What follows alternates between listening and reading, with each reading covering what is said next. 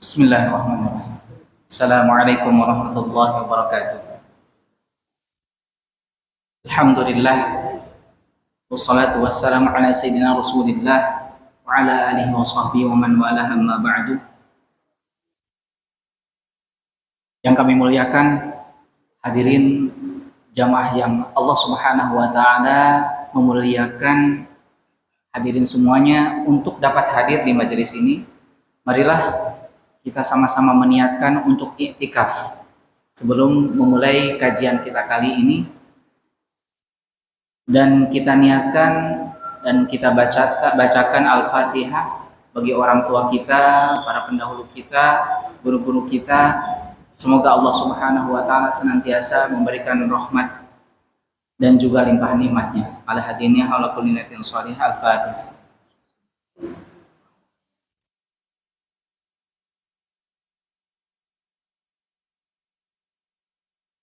Baiklah, hadirin yang dimuliakan oleh Allah, pada kesempatan kali ini kita akan sejenak mengulik tentang sebuah misi syariat yang Allah Subhanahu wa taala sampaikan kepada baginda sallallahu alaihi wasallam. Salah satu tujuan atau maqasidus syariah dari 5 tujuan utama adanya syariat, yaitu menjaga diri, menjaga akal, menjaga agama, menjaga jiwa, menjaga kehormatan, dan menjaga harta.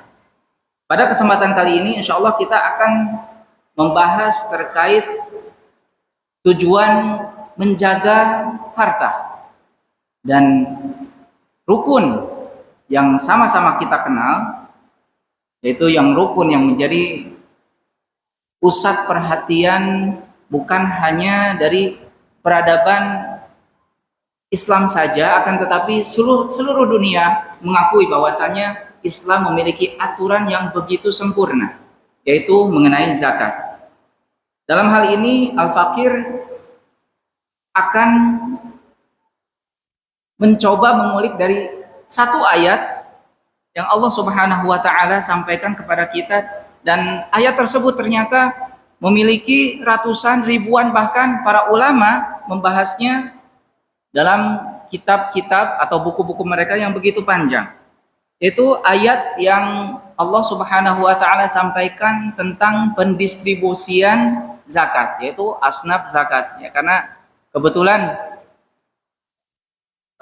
jajaran kepengurusan sekarang sedang melaksanakan program pembagian zakat, maka tidak ada salahnya bagi kita untuk sejenak menyimak apa yang disampaikan oleh Allah Subhanahu wa taala. Baik hadirin yang dimuliakan oleh Allah, ayat zakat ini agak berbeda dengan ayat-ayat yang Allah Subhanahu wa taala sampaikan kepada baginda sallallahu alaihi wasallam. Biasanya sebuah ayat itu muncul dengan penjelasan yang global. Akan tetapi untuk zakat ini, pendistribusian zakat, Allah Subhanahu wa taala sendiri yang langsung turun tangan. Banyak orang-orang atau para ahli menyebutkan bahwasanya yang paling penting dari sebuah harta bukan mengumpulkannya atau bukan meraihnya, tapi bagaimana harta tersebut bisa dikelola, bagaimana sebuah dana atau kumpulan dana itu bisa dikelola dengan baik dan didistribusikan dengan baik. Maka pentingnya pendistribusian zakat, bahkan baginda sallallahu alaihi wasallam sempat menyebutkan dalam sebuah hadis ya yang diriwayatkan oleh Al-Imam Mundhiri. Pada saat itu baginda sallallahu alaihi wasallam sedang membagikan zakat, tiba-tiba ada seseorang yang meminta langsung kepada beliau, "Atini minas shadaqah," berikan kepadaku zakat tersebut.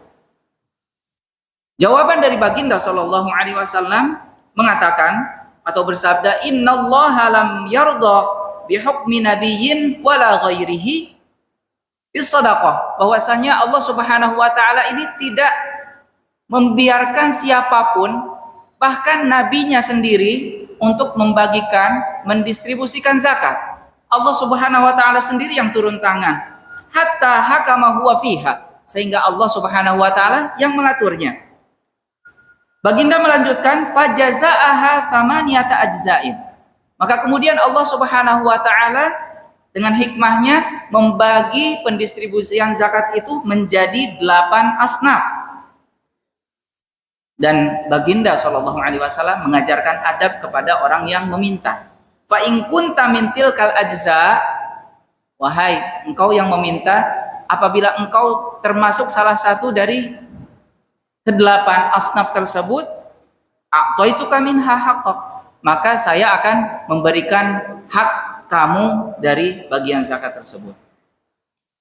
Hadirin yang dimuliakan oleh Allah, sejenak kita melihat bagaimana Allah Subhanahu wa taala dalam surat At-Taubah ayat 60, yang ayat ini begitu populer di kalangan kita, itu yang menyebutkan innamas shadaqatu lil fuqara wal masakin wal 'amilina 'alaiha wal mu'allafati qulubuhum.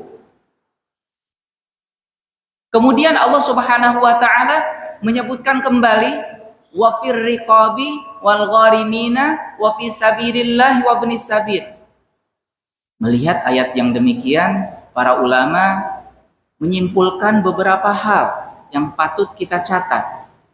Jika kita perhatikan, sebagaimana diungkapkan oleh Imam Fakhruddin Ar-Razi, Allah Subhanahu wa taala dalam zakat ini menetapkan 4 golongan yang pertama dengan kata-kata innamas shadaqatu lil fuqara wal masakin wal 'amilina 'alaiha wal mu'allafati. Semua dengan menggunakan lam. Ini tentunya Al-Quran ketika diwahyukan kepada Baginda Sallallahu Alaihi Wasallam itu penuh dengan makna. Tidak ada bagian dari Al-Quran sekecil apapun itu kosong dari makna atau tidak memiliki arti apapun. Kenapa? Bagian atau 4 asnaf yang pertama itu Allah Subhanahu wa taala menyebutkan dengan lam. Imam Fakhruddin Ar-Razi dalam kitabnya At-Tafsir Al-Kabir menyebutkan bahwasanya lam yang disebutkan dalam ayat tersebut itu maknanya adalah lamut tamlik. Lam yang menunjukkan bahwasanya pendistribusian zakat kepada 4 golongan tersebut itu harus diberikan secara kepemilikannya mereka. Jadi itu adalah milik mereka. Milik orang fakir, milik orang miskin, milik amil dan juga mu'allafati qulubuhum. Harus diserahkan secara langsung karena itu adalah milik mereka. Sedangkan 4 bagian yang selanjutnya, kenapa Allah Subhanahu wa taala memakai dengan huruf fi yang dalam artian bahasa Arab itu maknanya adalah wadah. Ini memberikan makna kepada kita bahwasannya pendistribusian untuk yang keempat sisanya itu adalah penyerahan. Diserahkan bukan kepada orangnya akan tetapi kepada sang pemiliknya. Kalau seandainya ada gharim adalah orang yang berhutang, maka bagaimana pendistribusiannya bukan dikasih kepada orang yang berhutangnya akan tetapi zakat tersebut dikasih kepada siapa dia berhutang. Wa fi sabilillah, begitupun fi sabilillah. Nanti kita akan bahas masing-masing dari rincian apa makna fi sabilillah, apa makna ibnu sabil, insyaallah kalau seandainya waktu kita Allah Subhanahu wa taala beri kesempatan dengan cukup ya. Wa bani sabil, begitu pula ibnu sabil bukan memberikan kepada dia hartanya, itu bukan harta dia, akan tetapi kita sebagai seorang amil atau siapapun yang diamanatkan untuk membagikan zakat tersebut, maka penuhilah kebutuhan dia dengan membelikan kebutuhan dia, dan kalau seandainya ada sisa maka itu wajib dikembalikan kepada zakat. Ya, sebagaimana diungkapkan oleh Ibnu Qudamah dalam Syekhul Islam, itu Ibnu Qudamah wafat tahun 620, dalam kitabnya Al-Mughni mengatakan bahwasanya arba'atu asnafin, ada 4 golongan, ya'khuduna akhdan mustaqirran, yaitu yang mereka 4 golongan pertama tersebut yang tadi yang sudah kita sebut, yaitu fakir, miskin, amil, dan juga mu'allaf. Mereka memiliki harta dengan sempurna. Wala yura'a haluhum ba'da daf'i, dan orang yang membagikan tidak perlu pusing apa yang akan mereka gunakan setelah memberikan harta tersebut.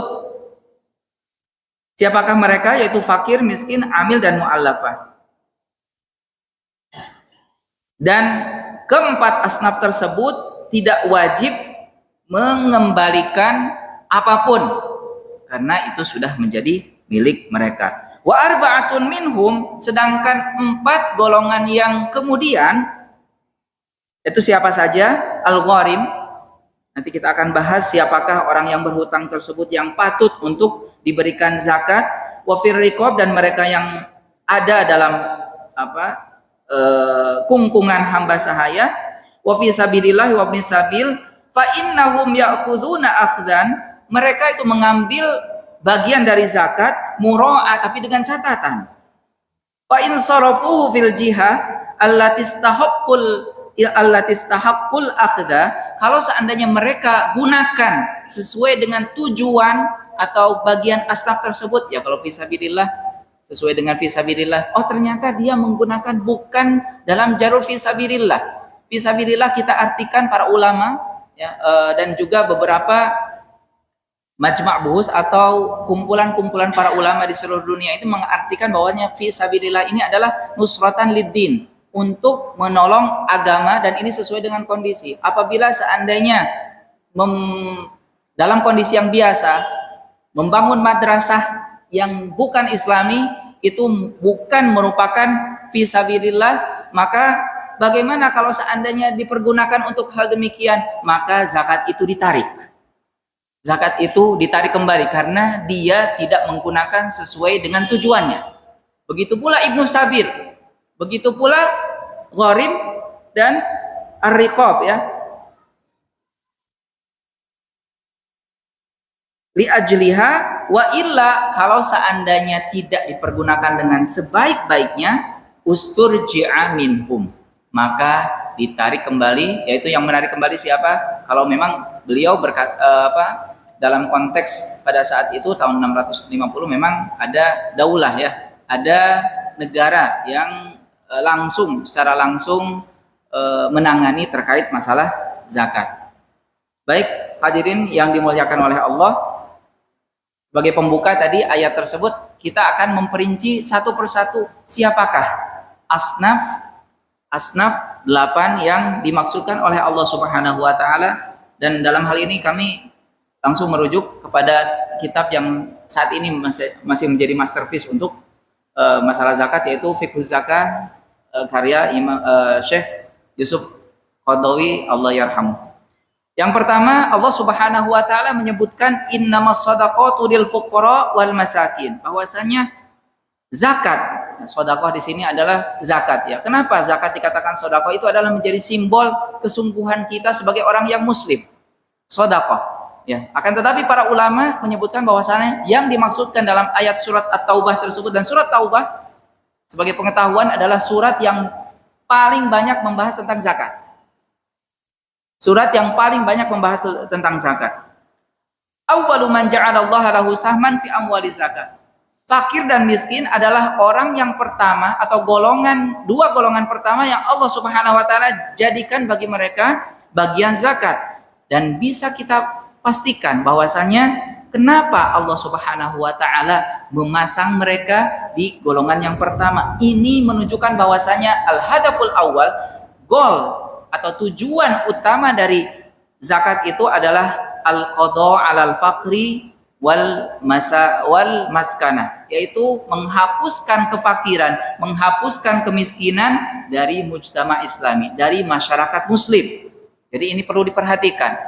Jadi kalau seandainya nanti tidak ada asnaf siapapun, maka fakir miskinlah yang di sana bertahan, ya. Bahkan Allah Subhanahu bahkan Baginda Shallallahu alaihi wasallam dalam hadis yang diriwayatkan oleh Imam Bukhari, dari ketika Baginda Shallallahu alaihi wasallam mengutus sahabat Mu'adz bin Jabal ke daerah Yaman, Baginda Shallallahu alaihi wasallam mengarahkan dan juga mengajarkan kepada sahabat Mu'adz, a'limhum anna alaihim shadaqatan,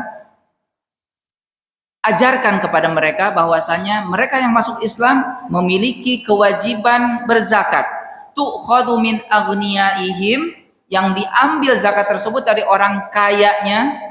Jadi siapapun yang terkategorikan kaya maka berhak untuk diambil zakatnya. Wa turaddu ala fuqaraihim. Di sini Baginda hanya menyebutkan satu asnaf saja. Bukan dalam artian asnaf yang lain tidak penting, akan tetapi ini menunjukkan bahwasanya yang menjadi tujuan yang pertama adalah orang-orang fakir. Wa turaddu ala fuqaraihim, dan dibagikan kepada orang-orang fakir dari kalangan muslim di tempat tersebut. Untuk definisinya, siapakah orang fakir? Siapakah yang terkategorikan orang miskin itu? Jumhur ulama selain dari Hanafiyah, itu yang berpendapat yaitu Malikiyah, Syafi'iyah dan juga Hanabilah, menyatakan bahwasanya orang fakir adalah man laisa lahu malun wala kasbun halalun laikun bihi, yaitu orang yang tidak memiliki pekerjaan dan tidak memiliki harta yang layak, yaqau mauqi'a kifayatihi min mat'amin wa malbasin wa maskanin, yang mencukupi bagi dia dan orang yang menjadi tanggungan dia, baik dari sisi apa? Imam Nawawi menyebutkan 3 kategori, yaitu sebagaimana yang biasa kita pelajari di sekolah, yaitu apa? Sandang, pangan, papan. Maka dari itu kita sampaikan bahwasanya zakat ini kenapa kita menyasar atau kita prioritaskan kepada kepala keluarga, karena kepala keluarga itu mereka berkewajiban atau memiliki tanggungan untuk menafkahi orang-orang yang ada di bawahnya. Siapakah orang-orang yang wajib dinafkahi oleh kepala keluarga? Yaitu orang tua, karena orang tua adalah bagian dari dia. Bahwasanya Rasulullah Shallallahu alaihi wasallam mengatakan, anta wa maluka li abika, kamu dan harta kamu itu adalah milik orang tua. Jadi seandainya ada orang tua yang mengambil harta anaknya, itu tidak diapa-apakan oleh syariat, karena semacam satu kesatuan. Begitu pula anak ini menjadi tanggungan dari seorang kepala keluarga, karena anak itu adalah bagian dari dia. Jadi kalau seandainya ada orang yang berzakat ke anak sendiri, itu tidak diterima karena seakan-akan dia berzakat kepada diri sendiri. Begitu pula kalau dia memberikan zakatnya kepada orang tua, maka seakan-akan dia menikmati zakatnya sendiri. Maka itu tidak diperbolehkan. Standarnya apa di sini? Mat'amun, yaitu makanan. Ya mungkin apa standarnya? Apakah para ulama membahas tentang itu? Para ulama membahas tentang itu. Akan tetapi bukan dilihat dari nilainya. Ulama jumhur mengatakan bahwasanya yang menjadikan standar apakah dia fakir atau miskin itu adalah kecukupan. Karena bisa jadi kalau jumlah itu menipu. Bisa jadi orang yang memiliki katakanlah gajinya 20 juta, akan tetapi kebutuhannya di luar dari lebih dari itu. Jadi nominal bukan menjadi ukuran bagi para ulama. Ya kalau seandainya kalau kita mau rata-ratakan, iya, untuk memudahkan memonitor ya. Kalau untuk makanan sendiri, kalau BPS ya atau apa? Jadi kalau yang statistik yang ada di Indonesia mengatakan bahwasanya seorang yang layak atau yang dikatakan dia mendapatkan makanan yang layak per hari itu adalah 20.000, tapi itu terlalu ekstrim kayaknya.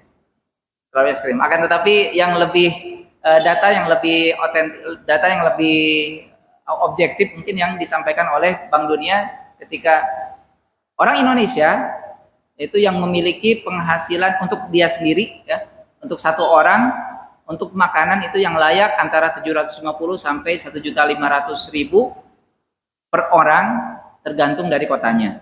Ya kalau seandainya dia memiliki 3 orang mungkin layaknya 4.500.000 dan lain sebagainya. Ini yang pertama adalah al-mat'amun, yaitu makanan. Kemudian malbasun, dia memiliki pakaian yang layak. Tapi kalau seorang orang fakir tidak memiliki pakaian yang layak, wa maskanun, dan juga memiliki tempat tinggal yang layak. Itu 3 kategori ini harus dipenuhi dengan sempurna. Kalau dipenuhi dengan sempurna maka dia terkategorikan orang kaya. Tapi kalau ada salah satu instrumen dari ketiga hal ini dia tidak memenuhi dengan baik, dia tidak memiliki pekerjaan, dia tidak memiliki harta yang cukup untuk memenuhi ketiga hal tersebut, maka itu terkategorikan adalah orang yang fakir. Kemudian untuk miskin, ulama jumhur mengatakan mangqudira ala malin, mereka yang mampu untuk memiliki harta, au kasbin, atau dia memiliki pekerjaannya halal. Kalau seandainya pekerjaannya tidak halal atau ada pekerjaan akan tetapi pekerjaan tersebut tidak sesuai dengan syariat, maka dia dikatakan tidak memiliki pekerjaan menurut syariat.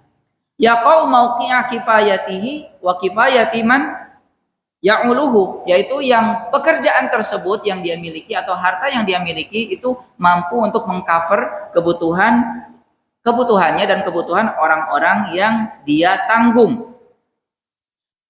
Akan tetapi ini agak sedikit bias. Syekh Yusuf Qaradawi menyimpulkan untuk memudahkan kita mengkategorikan antara fakir dan miskin, intinya itu ada 3 kata beliau. Yang pertama, yang mereka yang tidak memiliki harta dan pekerjaan itu sudah pasti terkategorikan fakir dan miskin atau fakir ya di sini. Yang kedua, mereka yang memiliki harta atau pekerjaan tapi tidak mencukupi kebutuhan dia dan orang yang dia tanggung, dan hanya mampu mencukupi kebutuhannya kurang dari 50%. Itu terkategorikan fakir. Sementara golongan yang ketiga yang dikategorikan seorang miskin, itu apabila ada seseorang yang memiliki pekerjaan.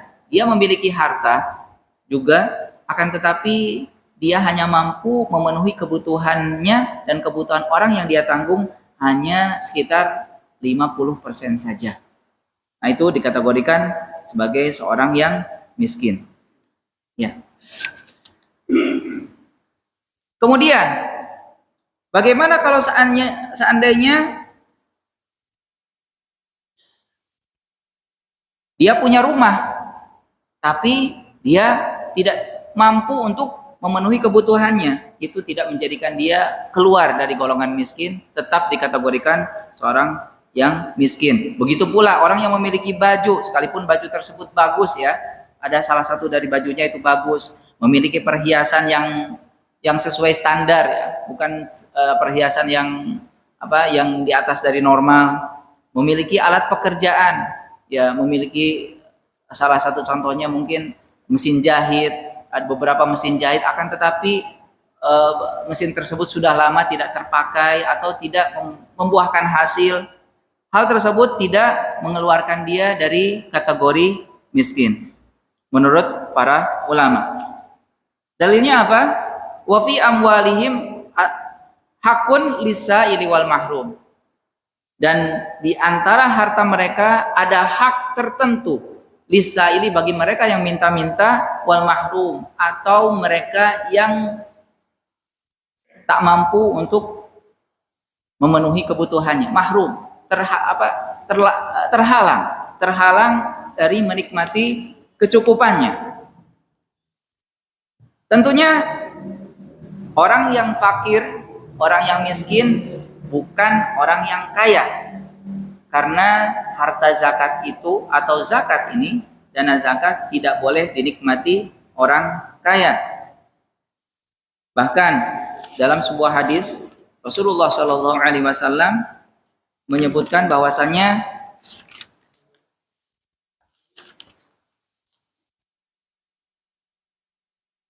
Wala hadza fiha, tidaklah ada bagian dari zakat tersebut lighaniyin, bagi orang yang kaya, wala liqawiyyin muktasib, dan tidak juga harta zakat ini diperuntukkan bagi mereka yang memiliki badan yang tegak, memiliki kemampuan untuk mencari pekerjaan, bukan orang yang sudah nyari kerja akan tetapi tidak dapat, akan tetapi dia memiliki potensi untuk itu. Ya, contohnya mungkin dia adalah ahli komputer, dan banyak yang orang menawarkan kepada dia untuk bekerja di bidang itu, dan itu mencukupinya dia, akan tetapi dia tidak mau untuk bekerja, maka itu tidak berhak. Orang demikian tidak berhak menerima zakat. Rasulullah SAW menyebutkan wala liqawiyyin muktasib, dan tidak berhak sebuah zakat diberikan kepada mereka yang memiliki badan yang kuat, muktasib, yang mampu untuk bekerja dan memang peluang untuk kerjanya ada. Kemudian para ulama juga menyebutkan bahwasanya bagaimana kalau ada orang yang fokus terhadap ibadah. Fokus terhadap ibadah saja, kemudian apakah kita berikan harta zakat ini kepada mereka? Para ulama menjawab, apabila orang yang hanya fokus terhadap ibadah untuk dirinya, bukan ibadah untuk masyarakat, ya. Yang ibadah untuk masyarakat contohnya mungkin seperti dai atau orang yang orang yang mendidik orang lain, itu mungkin ibadahnya menyeluruh, ya. Atau para pencari ilmu, itu yang kemanfaatannya bisa dirasakan oleh orang lain. Hanya terhadap kalau orang yang hanya fokus terhadap ibadah untuk diri sendiri seperti sholat dan lain sebagainya, para ulama menyebutkan bahwasanya orang demikian tidak berhak untuk menerima zakat, karena kemanfaatan ibadah itu hanya bisa dinikmati oleh dia sendiri. Padahal zakat itu dibuat untuk apa? Untuk kemanfaatan masyarakat Islami secara keseluruhan.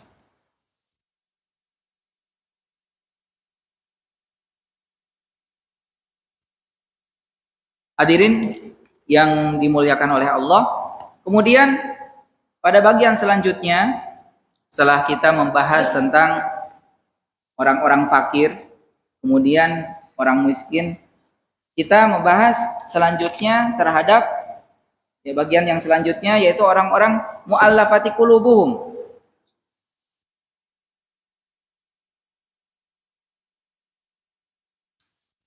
Yaitu orang-orang yang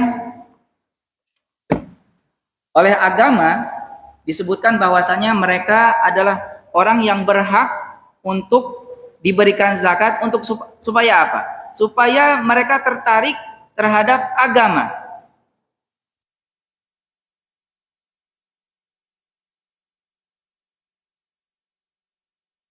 Yaitu mereka adalah orang-orang yang dilembutkan hatinya supaya tertarik terhadap Islam dan supaya mereka tenang atau konsisten terhadap agama tersebut.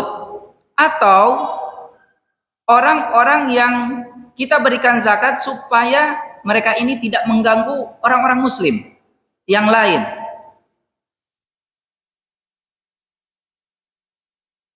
Dan hal ini menguatkan kepada kita bahwasanya zakat itu dipergunakan bukan hanya untuk kemanfaatan individu, akan tetapi zakat ini lebih dititik beratkan tujuannya untuk kemanfaatan bersama.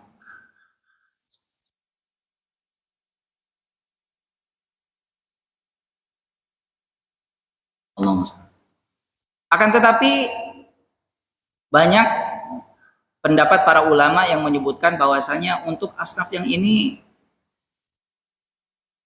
sudah tidak ada. Demikian, ada beberapa pembahasan di fikih Hanafiyah, ada madhab Hanafi, madhab-madhab yang lain. Mereka merujuk bahwasanya Sayyidina Umar dan Sayyidina Abu Bakar pernah mengatakan bahwasanya Inna Rasulullah sallallahu alaihi wasallam kana yu'tikum, bahwasanya dulu Rasulullah sallallahu alaihi wasallam memberikan kepada orang-orang yang baru masuk Islam itu bagian dari zakat, liu'allifakum alal Islam, supaya kalian apa? tetap atau konsisten terhadap keislaman kalian.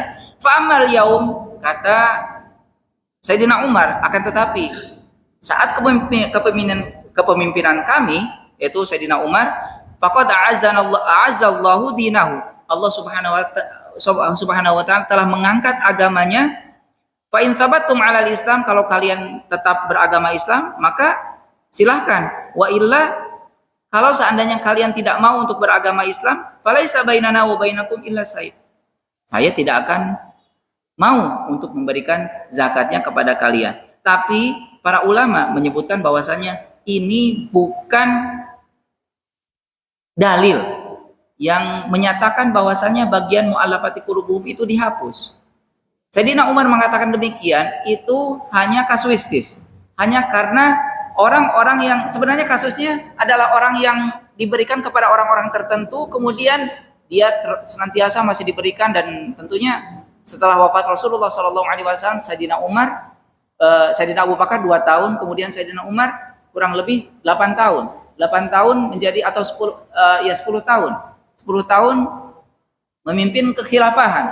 Maka sudah bukan mu'alaf lagi, kata Sayyidina Umar, bukan dalam artian syariat tentang mu'allaf atau bagian dari mu'allafati qulubuhum ini dihapus, akan tetapi masih ada. Dan Syekh Yusuf Qaradawi mengatakan bahwasanya uang atau zakat bagian asnaf yang dari mu'allafati qulubuhum ini bisa difungsikan kepada mereka, saudara-saudara kita yang ada di belahan yang lain, di daerah-daerah yang lain, atau di negara-negara yang lain, atau di benua yang lain, yang mereka supaya apa? Supaya keagamaan mereka tetap konsisten terhadap keislaman, atau sebagai syiar keagamaan yang dapat menarik orang untuk masuk Islam. Sebagaimana kalau di agama-agama yang lain mereka punya tafsir atau punya misionaris, kenapa dalam Islam tidak ada? Dan ini fungsinya zakat untuk bagian mu'allafati qulubuhum.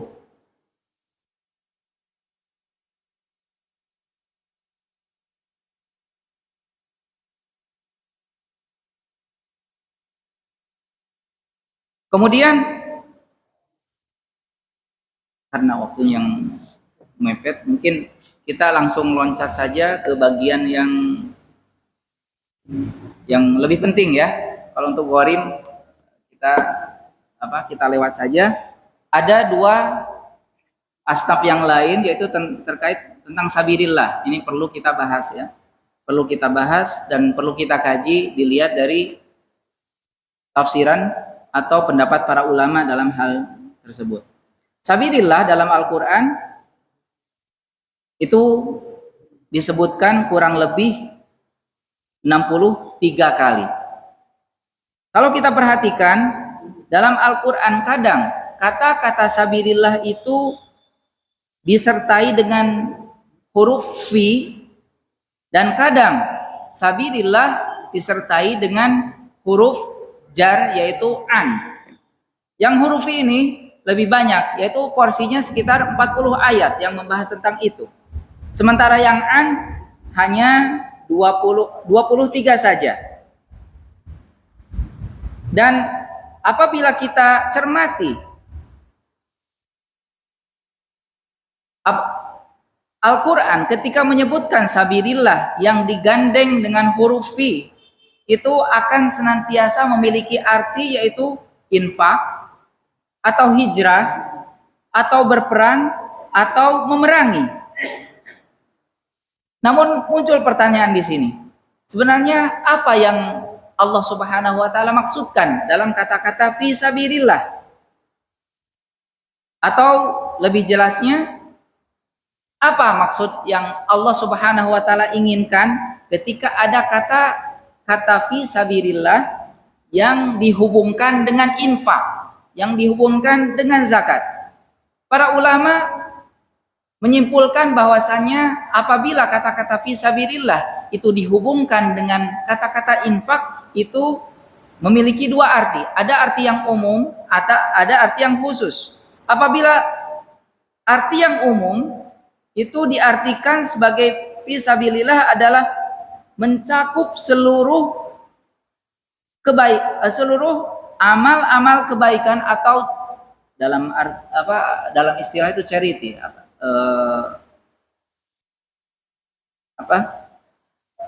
amal-amal kedermawanan atau amal-amal saleh yang bersifat umum, baik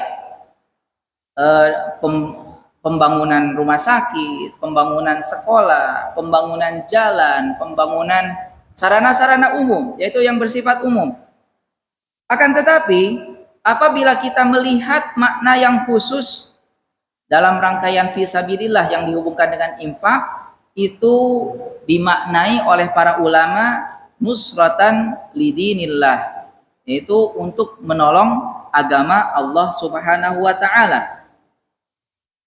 Dan untuk lebih jelas lagi, Allah Subhanahu wa taala ketika menjelaskan kata-kata fisabilillah dalam ayat yang menjelaskan distribusi zakat tersebut, bukan makna yang bersifat umum, akan tetapi makna yang bersifat khusus, yaitu zakat hanya diperbolehkan bagian fisabilillah ini bagi program-program yang bisa mengangkat agama Allah Subhanahu wa taala menjadi lebih terhormat. Kalau seandainya sekolahnya bersifat umum, tidak spesifik mengajarkan tentang keagamaan, maka itu bukan menjadi prioritas. Akan tetapi, bagaimana kalau semacam TPA mungkin bisa terkategorikan dalam bagian fisabilillah. Akan tetapi, sebagaimana yang kita sebut di awal, bahwa fisabilillah penggunaannya bukan diserahkan atau bukan menjadi milik mereka atau menjadi milik mereka yang dikategorikan fisabilillah, akan tetapi penyerahannya dipergunakan sesuai dengan tujuannya. Ini yang patut dicermati.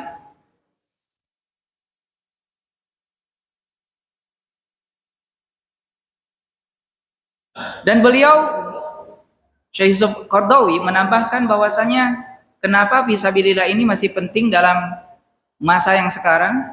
Karena dalam kondisi saat ini, peperangan itu tidak hanya mengangkat senjata, tidak hanya masalah bunuh-bunuhan, akan tetapi perang lebih meluas lagi, ada perang pemikiran, ada perang ekonomi, dan segala sesuatu yang bisa menolong umat ini untuk bangkit secara ekonomi, baik atau secara pendidikan atau hal-hal yang bisa membangun kejayaan umat, maka bisa diambil atau bisa menggunakan dana zakat untuk hal-hal demikian.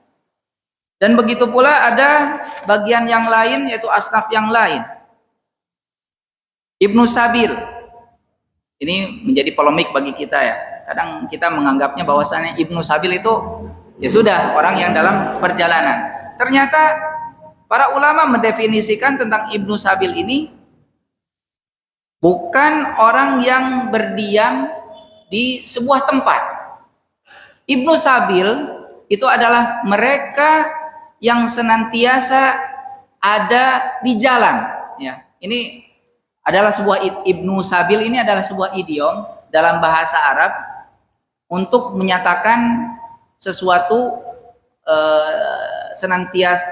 sesuatu yang dominan. Contohnya misalkan kalau dalam bahasa santri biasanya Abun Naum yang dia senantiasa tidur terus gitu. Ibnu Sabil ini dia rumahnya memang di jalan. Itu yang dinamakan Ibnu Sabil. Dan para ulama mendefinisikan Ibnu Sabil ini setidaknya dia melakukan perjalanan yang bisa mengqashar sholat, yaitu 80 kilo. Dalam artian apabila ada seseorang yang mengatakan bahwasanya ini saya Ibnu Sabil, ternyata dia melakukan perjalanan dari Kedoya, gak bisa. Itu bukan Ibnu Sabil. Jadi Ibnu Sabil dalam bahasa Arab al-mulazim lit-thariq al-kain fiha, yaitu yang senantiasa berada di jalan orangnya, senantiasa melakukan perjalanan. Dan kapan seorang Ibnu Sabil berhak untuk mendapatkan haknya dari zakat? Apabila perjalanan yang dia lakukan itu untuk kemaslahatan umat, bukan untuk kepentingan pribadi. Itu yang patut dicatat. Dan ini sebagai tambahan mungkin kalimat terakhir, yang salah satu yang termasuk Ibnu Sabil juga adalah mereka yang menggelandang atau mereka yang meminta suaka.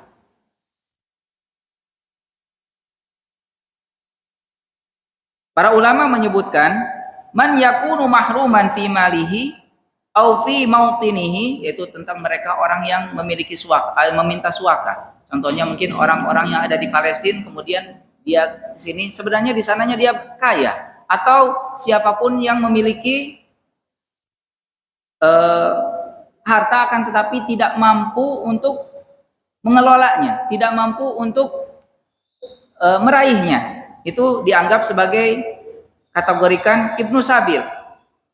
Ma yakunu mahruman fi malihi fi mautinihi, mereka yang tidak bisa mengakses hartanya di negaranya, wa in kana lahum malan au mulkan, sekalipun dia memiliki harta ataupun milkan, kepemilikan fi autonihim, walakin la sultana lahum alaihi, akan tetapi dia tidak mampu untuk mengelolanya, maka kata para ulama fahum agniya milkan, mereka memang kaya secara kepemilikan tapi fuqara iyadan, dan akan tetapi dia fakir dalam pengelolaan. Dan Imam Abu Hanifah mengatakan hadza sya'nu Ibnu Sabil, itulah orang yang dikatakan atau terkategorikan Ibnu Sabil. Dan juga yang masuk di antara kategori ini adalah mereka yang gelandangan. Maka apakah orang yang gelandangan dan sekaligus fakir itu boleh mendapatkan dua bagian? Boleh.